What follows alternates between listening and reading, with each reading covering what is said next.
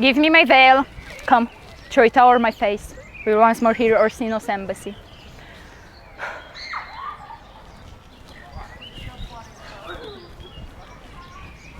The honorable lady of the house, which is she?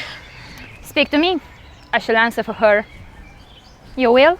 Most radiant, exquisite, and unmatchable beauty. I pray you, tell me if this be the lady of the house, for I never saw her. I would be loath to cast away my speech, for besides that it is excellently well penned, I've taken great pains to con it.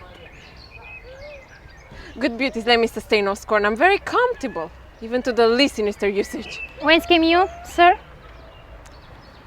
I can say little more than I have studied, and that questions out of my part. Good gentle one, give me modest assurance, if you be the lady of the house, that I may proceed in my speech. Are you a comedian? No, my profound heart. And yet, by the very fangs of malice, I swear, I'm not that I play. Are you the lady of the house? If I do not usurp myself, I am. Most certain. If you are she, you do usurp yourself. For what is yours to bestow is not yours to reserve. But this is from my commission. I will on with my speech in your praise and then show you the heart of my message. Come to what's important, Int. I forgive you the praise. Alas, I took great pains to study it. And 'tis poetical. It's more like to be feigned. I pray you keep it in. I heard you are such as my gates, and allowed your approach rather to wonder at who did we hear you. If you be not mad, be gone. If you have reason, be brief. 'Tis not a time of the moon with me to make money, so skipping the dialogue. Will you hoist sail, sir? No. It lies your way. No, good swabber, I'm too. I'll hear a little longer. Some mollification for your giant, sweet lady. Tell me your mind, I'm a messenger. Sure, you have some hideous matter to deliver. When the cocktail fit is so fearful. Speak your office. I bring no overture of war, no taxation of homage. I hold the olive in my hand. My words are as fond of peace as matter. Yet you began rudely. What are you? What would you? The rudeness that hath appeared in me have I learned from my entertainment. What I am and what I would are as secret as maidenhead. To your ears, divinity; to any others, profanation. Give us the place alone. We will hear 'tis divinity. Now, sir, what is your text? Most sweet lady. A comfortable doctrine, and much may be said of it. Where lies your text? In Orsino's bosom. In his bosom. In what chapter of his bosom? To answer by the method, in the first of his heart. Oh, I have read it. It is heresy. Have you no more to say? Good madam, let me see your face. Have you any commission for your lord to negotiate with my face? You are now out of your text. But we will draw the curtain and show you the picture. Look you, sir, such a one I was is present. Is it not well done? Excellently done, if God did all. 'Tis in green, sir, to lend your wind and water.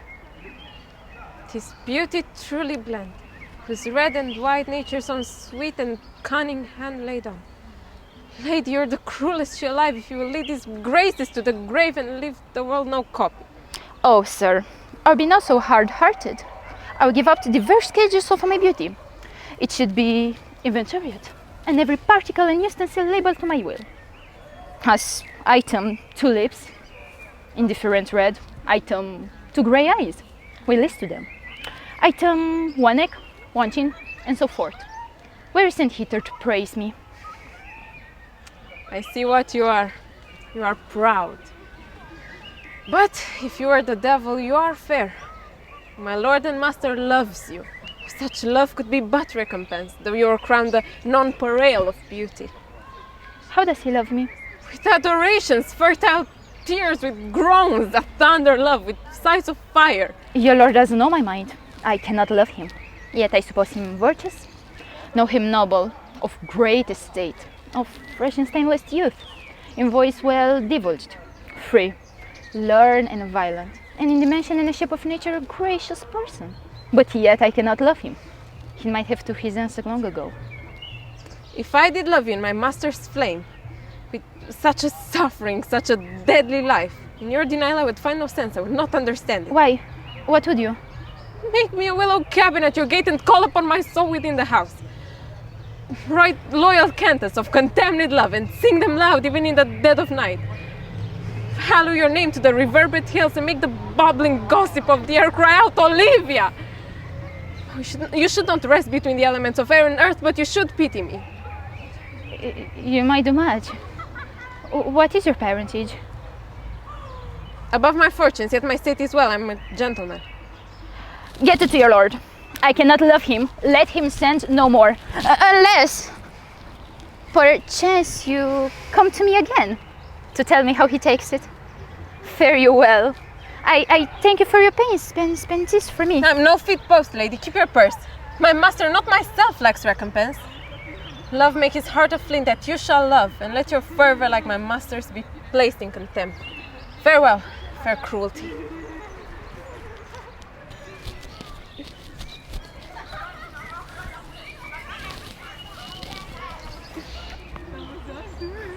What is your parentage?